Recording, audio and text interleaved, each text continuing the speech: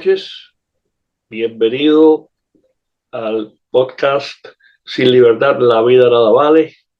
Yo soy Diego Trinidad y esta noche vamos a hablar de historia y específicamente vamos a hablar de la Constitución americana, la Constitución que creó la República Federal de Estados Unidos de América. Ese es el nombre, no se olvide.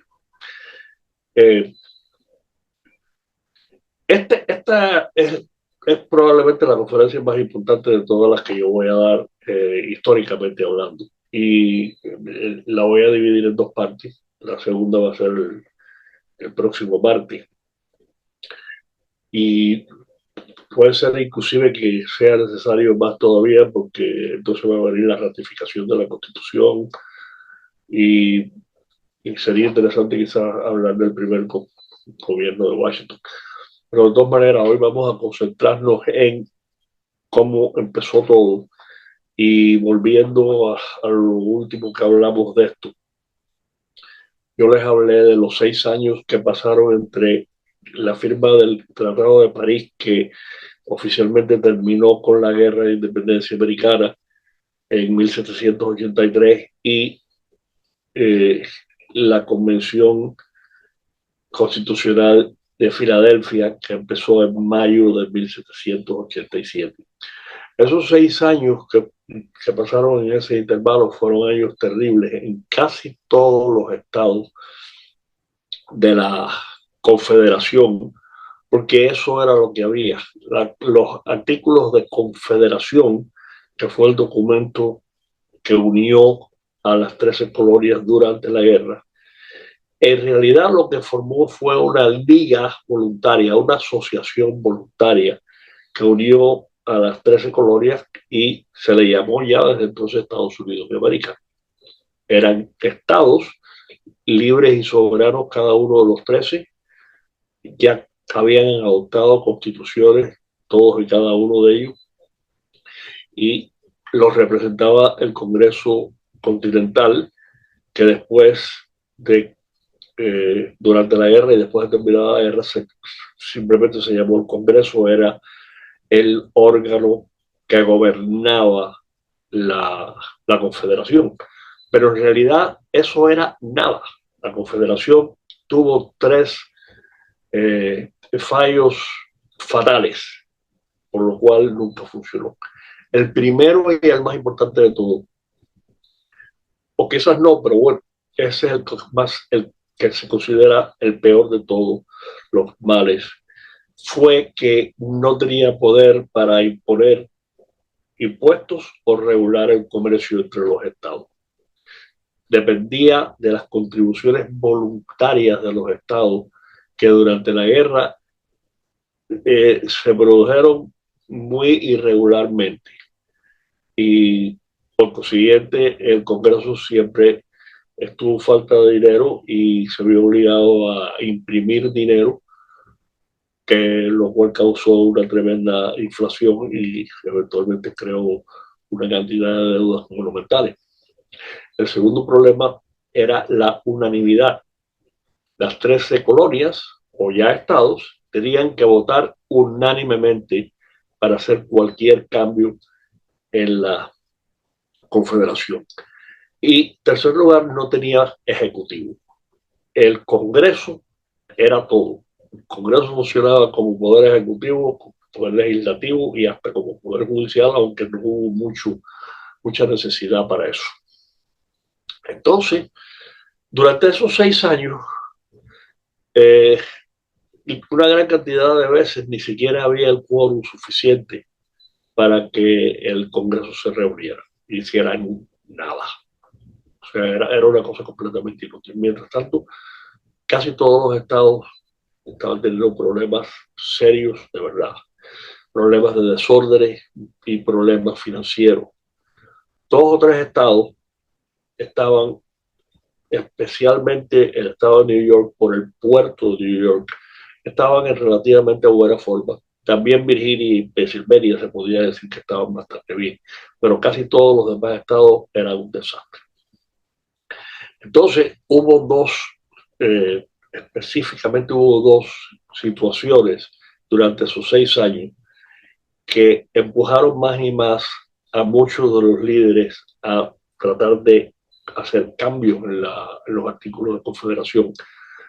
La primera de esas crisis fue en 1785, nada más que dos años después de firmado el Tratado de París y ganada la independencia, porque en 1785 había que empezar a pagar las deudas enormes por los préstamos que había conseguido principalmente Benjamin Franklin en París y también John Adams en los países, lo que se conocía con aquellos los Países Bajos, que hoy en día es Holanda, aunque todavía se conoce como los Países Bajos. En 1785 y el Congreso no tenía dinero remotamente para pagar, a pesar de que los gastos habían disminuido mucho desde que el ejército se había licenciado, pero no tenían manera posible de recaudar dinero porque no tenían el poder para forzar a los estados a contribuir a la deuda. Además de eso, cada estado tenía deudas enormes también, que las habían incurrido durante la guerra. Así que esa fue la primera crisis que le llamó la atención a varios de los líderes diciendo tenemos que hacer algo sobre esto porque de esta manera no se puede seguir. Pero mucho más importante que eso fue lo que se conoció como la rebelión de Chase. Esto fue en el estado de Massachusetts, que tratando de recaudar dinero, pues había aumentado los impuestos bastante, sobre todo en la parte occidental del estado, en la parte interior,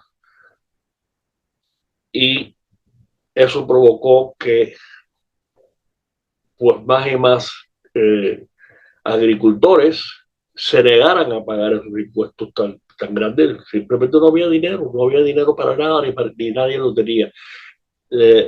La gente que vivía en las costas, sobre todo en los estados de New England, incluyendo Massachusetts, tenían el comercio y también tenían la pesca, tanto en los bancos de pesca de Nueva Escocia hacia Canadá, como también la pesca de ballenas, que principalmente salía de ahí de New England, pero en la parte interior dependía estrictamente de la agricultura y pues muchos de esas tierras estaban hipotecadas y como no había dinero, pues los querían exprimir.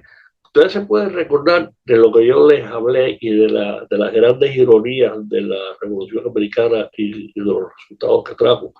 Supuestamente la revolución empezó por los impuestos, por cuando la corona y Gran Bretaña y el Parlamento les empezaron a poner impuestos directos que nunca las colonias, nunca antes los habían pagado.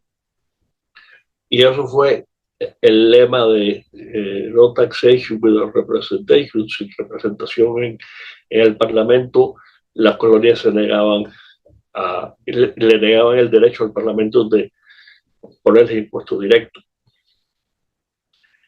Y eventualmente se unieron, quizás no se sabe cuántos en realidad, porque recuerden con aquel entonces era muy difícil comprobar nada, pero el número que se acepta generalmente son entre 3 y 5 mil personas, casi todos ex soldados del ejército continental, y Daniel Chase en sí había sido capitán del ejército continental. Él fue había varios líderes, pero él fue el que pasó la historia como el líder más conocido.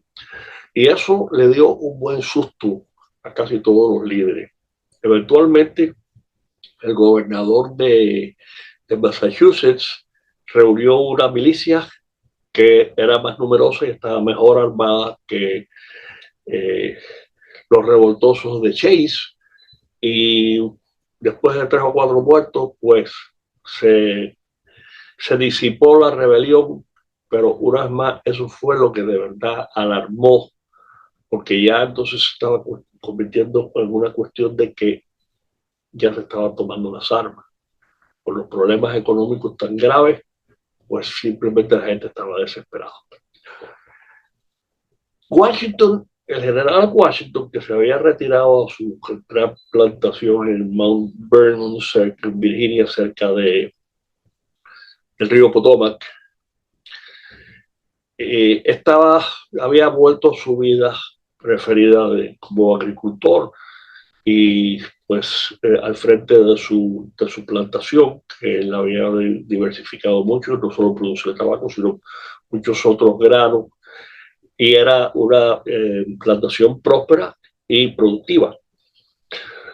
Así que Washington estaba relativamente cómodo y relativamente feliz y contento, vamos a ponerlo de esa manera, pero Washington se mantenía al tanto de lo que estaba pasando en el resto de los estados y tenía pues muchos de sus ex oficiales estaban en contacto con él continuamente, y en el caso de la rebelión de Chase en Massachusetts, el general Henry Knox, que había sido uno de sus principales colaboradores, el jefe de artillería.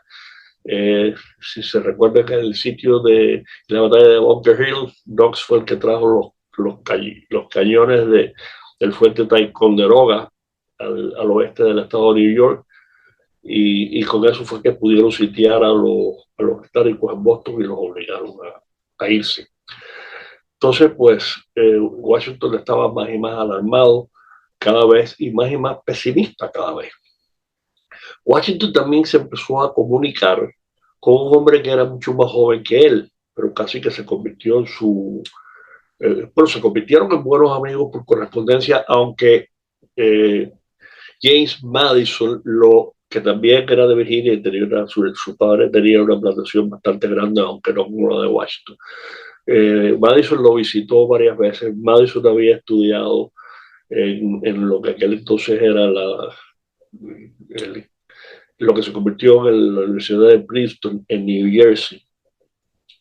Y era un hombre de muy poca salud, un hombre de baja estatura, muy tímido, pero muy estudioso, que eso es a lo que se había dedicado. Él no quería ni ser abogado, ni mucho menos ser clérigo y ser predicador protestante, que es lo que hubiera preferido su familia. Madison entonces empezó, desde que estaba casi en la universidad, empezó a hacer investigaciones históricas sobre las repúblicas del pasado. La más importante y la que más duró fue la República de Roma, por supuesto. Madison también, aunque era un poco más joven también que Jefferson, se hicieron buenos amigos porque compartían bastantes ideas. Jefferson, cuando aquello estaba de ministro de Estados Unidos, de la Confederación, en París, y se escribían mucho, y Jefferson le mandó muchos libros a Madison sobre los gobiernos de la antigüedad, etc. Entonces Madison empezó a elaborar un posible plan para modificar los artículos de la Confederación, lo cual hizo. Él elaboró un plan bastante detallado, y eso fue lo que se presentó en la Convención Constitucional, como ustedes verán. Pero antes de eso, hubo un esfuerzo anterior en lo que era entonces la capital del estado de Maryland, Annapolis, donde hoy en día está la Academia Naval de Estados Unidos. Se llamó a una convención, nada más que fueron 5 estados, un grupo muy pequeño de gente, no le hicieron caso. A pesar del gran desorden que había mucha gente que simplemente no estaba particularmente preocupada, o por lo menos no al punto de tratar de hacer algo al respecto. Dos que sí estuvieron ahí y muy importantes fueron Madison, por supuesto, y Alexander Hamilton, que había sido ayudante de Washington durante la guerra, un hombre brillante. De él será uno de los que hablaremos en detalle de su persona y de su historial, porque en lo que a mí se refiere, Alexander Hamilton y el gran juez Marshall de la Corte Suprema fueron los arquitectos en realidad de la República Americana. Pero eso es, en eso lo cubriremos mucho mucho más en el futuro. Pero lo que salió de allí, de esa convención de Anápolis, fue que sobre todo Hamilton se dedicó a escribirle a muchos de los líderes, sobre todo de los líderes de cada uno de los estados, y gobernadores, gente que había sido conocidos de él durante la guerra, oficiales, etcétera. Y se decidió convocar la fracasada convención de Anápolis fue en 1786. Hicieron un llamado para reunirse en una convención de los 13 estados en Filadelfia, empezando en mayo de 1787. Antes de eso, Madison visitó a Washington en su plantación en Mount Vernon y le habló ya más detalladamente del plan en que él había estado trabajando. Pero Washington no quería ir. Es más, estaba renuente a ir. Washington quería quedarse simplemente después de todos los años que ya había puesto al servicio de la nueva nación, después de todos los problemas que tuvo como comandante jefe. En fin, él no quería.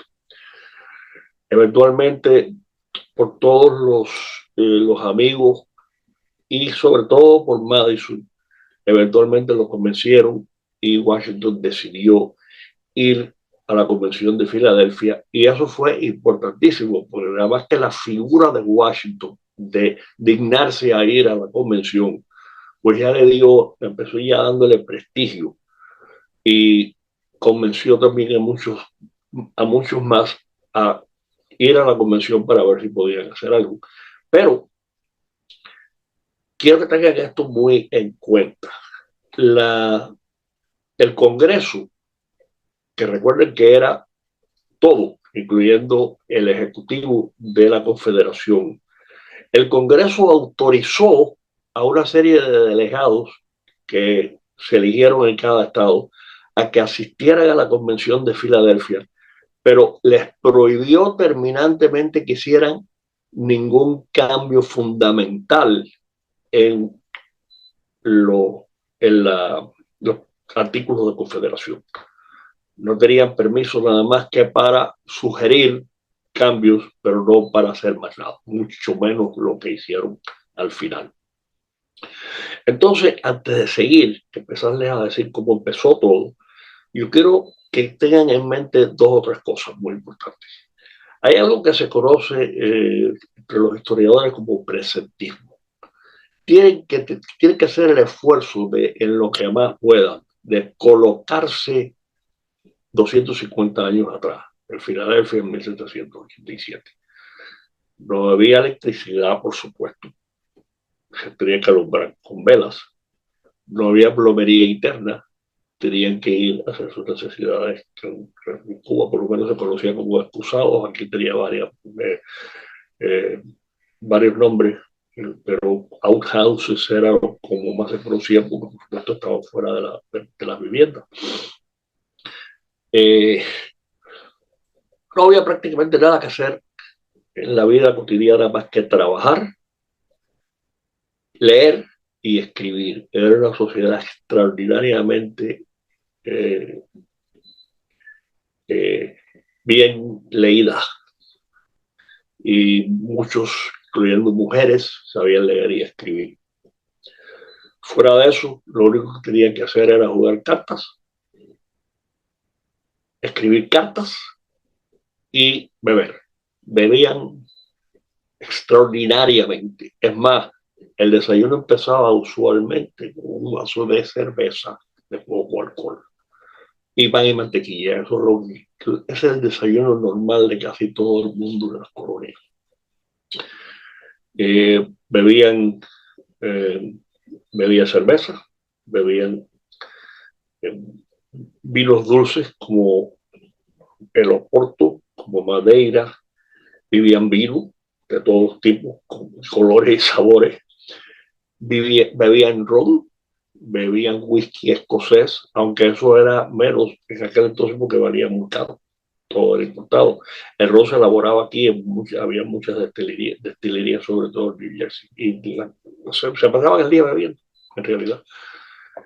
Fuera de eso no había más nada, pero es importante que se pongan en ese contexto y que de ninguna manera empiecen a juzgar nada de lo que ustedes van a oír de lo que pasó ahí en el contexto del presente. Mucho menos un tema que eventualmente tendremos que hablar de él en una sola conferencia, que es la esclavitud. Sobre todo en todos los últimos años, los últimos 10, 15, 20 años, eso se ha convertido en algo, en un gran estigma, como lo fue de hecho, pero no era para juzgar a aquellos hombres con las ideas de hoy. Ok, en primer lugar, en aquel entonces, y no vamos a hablar mucho de la esclavitud, simplemente voy a hacerle 2 o 3 comentarios en general. En aquel entonces, prácticamente en el mundo entero había esclavos. Y el hecho de que aquí en Estados Unidos y, por ejemplo, en Brasil y en Cuba hubiera negros esclavos traídos de África, no quiere decir que no había esclavos de todos colores en todos lados del mundo. Así que la esclavitud era algo completamente aceptado en la sociedad de aquel entonces, de hace 250 años, en el mundo entero. Y no se puede de ninguna manera juzgar bajo la moralidad de hoy en día. Pero bueno, en definitiva, Madison llegó a Filadelfia 3 semanas antes que nadie. Pocos días después llegó la delegación de Virginia. Virginia era el estado más rico y más grande, sobre todo en población. Y vamos a hablar específicamente de una serie de personajes. Y 2 de los más importantes, 3 de los más importantes, les quiero mencionar, aunque en realidad se los voy a mencionar a muchos, los nombres de muchos. Y voy a tratar de producirlo lo mejor posible, porque como yo he mencionado, cuando se le ponen los subtítulos, lo que hace Google con las traducciones es verdaderamente que una carnicería. Pero bueno, estaba el gobernador de Virginia, que se llamaba Edmund Randolph, de la familia más rica y más prominente del estado de Virginia, Dr. Randolph. Hubo muchos de ellos a través de los años. Edmund, que era, tenía con aquellos 35 años nada más, era el gobernador de Virginia. Y había 2 delegados más de los 9 de Virginia, muy importantes de nombre. Uno se llamaba George White, que se escribía con Y, W-H-Y-T, pero se pronunciaba White en vez. George White había sido un abogado muy prominente durante muchos, muchos años en el estado de Virginia y, por ejemplo, había sido el profesor de leyes cuando aquello no se iba a la universidad a estudiar derecho. Lo que hacían es que leían leyes aquí en las colonias y después en Estados Unidos se usaba el derecho común inglés, que es de tradición y de decisiones judiciales, no de leyes escritas, aunque también las había. Así que White era uno de los pocos abogados de profesión y de mucha experiencia. Y mucho más importante que White, sobre todo para mí personalmente, es uno de mis personajes favoritos de la era continental y revolucionaria, James Mason. Mason fue el autor de la Declaración de Derechos del Estado de Virginia, que precedió la Declaración de Independencia escrita por Jefferson, por 2 meses. Y la peculiaridad de Mason, Jefferson, como hemos hablado, era mucho mejor escritor. Y todas las frases del preámbulo de la declaración que se conocen y que pasaron a la historia las escribió él. La declaración de Mason ni remotamente se podía comparar literalmente a la de Jefferson, pero sí se podía comparar en algo clave, en mi opinión, que era la inclusión del tercer derecho que Jefferson dejó fuera: la vida, la libertad y la propiedad. Jefferson sustituyó eso por la búsqueda de la felicidad, que es un término muy general, muy controversial, ya eso lo hablamos hace tiempo. Esa era los principales de la Declaración de Virginia. Ellos llegaron pocos días después, sobre todo Randolph, y Madison les empezó a explicar detalladamente el plan que él había confeccionado. El plan de Madison, que fue lo que se usó para empezar los debates en la convención. El plan de Madison fue como si hubiera sido el plan de construcción de la Constitución. Es más, Washington históricamente se conoce como el padre de la Constitución por eso, porque él llevó ese plan para introducirlo y para discutirlo, y todo lo que pasó en la Constitución se basó en eso.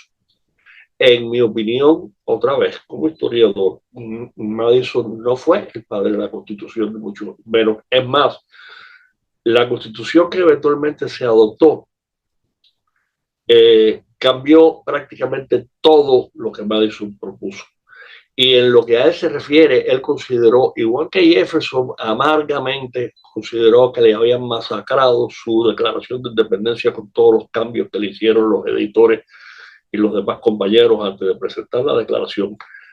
Madison se sintió de la misma manera, porque lo que él había presentado en realidad simplemente como un esqueleto, como una concha se puede considerar. Y por supuesto fue la base de todas las deliberaciones, pero prácticamente nada de lo que él quería que se implementara terminó en la Constitución. Pero de todas maneras, así se conoce, y gracias a él lo empezó. Pero Madison, además de sus limitaciones físicas, de pequeña estatura, de muy mala salud, como ya yo les he dicho, muy tímido, tenía una vocecita de pepito, no muy fuerte, no era buen orador en lo más mínimo. Entonces decidieron en la Declaración de Virginia que Edmund Randolph, introdujera el plan de Madison como las resoluciones que se iban a considerar por todos los delegados. Los delegados se demoraron en llegar bastante, a pesar de que Madison llegó con 3 semanas de anticipación, cuando la convención debía haber empezado en mayo, el 15 de mayo, no había quórum. Fueron llegando poco a poco, pero pues eso, por otro lado, le dio la oportunidad a Madison no solo de que los delegados de Virginia conocieran y estudiaran bien su plan, sino también varios otros, especialmente la delegación de Pensilvania, que estaban ahí, porque pues como la convención era en Filadelfia, casi todos los delegados del estado de Pensilvania vivían en Filadelfia, incluyendo varios hombres muy importantes. Por ejemplo, Robert Morris, que había sido el financiero de la revolución, y que esto es algo que debíamos haber mencionado. Morris, tenemos que ir un poquito atrás ahora. Morris había sido nombrado en desesperación al final de la guerra, en 1782, había sido nombrado el superintendente de finanzas, y había sido el único ejecutivo fuerte que tuvo los artículos de Confederación y el Congreso. Y Morris exigió que se le dieran una serie de autoridades que muy a regañadientes se les concedieron, pero se les concedieron. Morris había elaborado un plan en 1782 para que los 13 estados de la Confederación tuvieran el poder de imponer, de recaudar impuestos. Y 12 de los estados acordaron, excepto el estado más pequeño de todos, Rhode Island. Rhode Island se negó, y como pueden recordar que yo le dije, cualquier decisión del Congreso de la Confederación tenía que ser unánime. Cuando Rhode Island se negó, no hubo problema. Morris volvió a tratar de hacer esto antes del 85, cuando llegaron esas deudas, se tenían que empezar a pagar. Y Morris estuvo una vez más al logró que 12 de las colonias aprobaran la manera de recaudar dinero, a pesar que se había acabado la guerra, pero de todas maneras había que empezar a pagar la deuda. Y en este caso no fue Rhode Island. Rhode Island inclusive aceptó lo que se había propuesto. Pero entonces el estado de New York, que era uno de los pocos prósperos por el puerto de New York, que por ahí estaba entrando la mayor parte de las importaciones de Europa, sobre todo después de haberse firmado el Tratado de París, New York se negó. Y una vez más, el plan fracasó y eso fue lo que llevó directamente a la convención. Pero bueno, Morris era uno de los delegados más importantes de Pensilvania, pero habían dos todavía más importantes que él. El primero de todos, por supuesto, era el gran sabio, el gran hombre, el americano más popular en el mundo. En el mundo entero se conocía a Benjamin Franklin por sus escritos, por sus inventos, por todo lo que representaba. Pero Franklin tenía 81 años y estaba bastante enfermo, tenía piedras en los riñones y tenía gota. Mucha de aquella gente padecían de gota por la cantidad de bebidas y por la falta de ejercicio.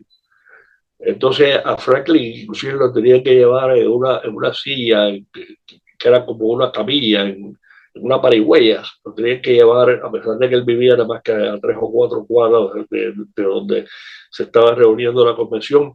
Pero bueno, Franklin era el principal de la delegación de Pensilvania, que era la segunda, después de Virginia, la segunda más grande. Es más, era más grande que la de Virginia porque como estaban ahí mismo en Filadelfia, pues no tuvieron que viajar, mientras que todos los demás delegados sí. Y había el hombre que terminó siendo el hombre que escribió la Constitución, la redactó, un tipo extraordinariamente pintoresco, pero brillante. Ese también se llamaba Morris, pero su nombre era Gouverneur Morris. No era pariente de Robert, pero era asociado de él, era muy amigo. Gouverneur era mucho más joven.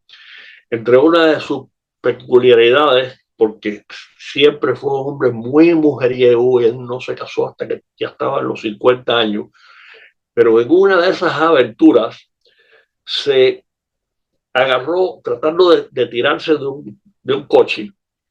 Algunos dicen porque lo había sorprendido el marido de una de las mujeres que estaba teniendo relaciones, pero fue un accidente y se atrapó una pierna en la rueda del carruaje y la pierna sufrió una serie de fracturas compuestas.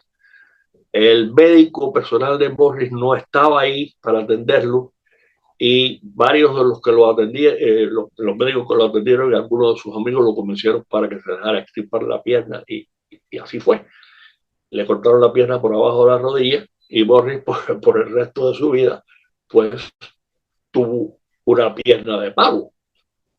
Era lo que se usaba con aquello, por supuesto no había prótesis que remotamente se pareciera a la pierna, era literalmente una patada de palo y andaba con su pata con un bastón y nada de eso impidió en lo más mínimo sus aventuras amorosas, siguió siendo el mismo.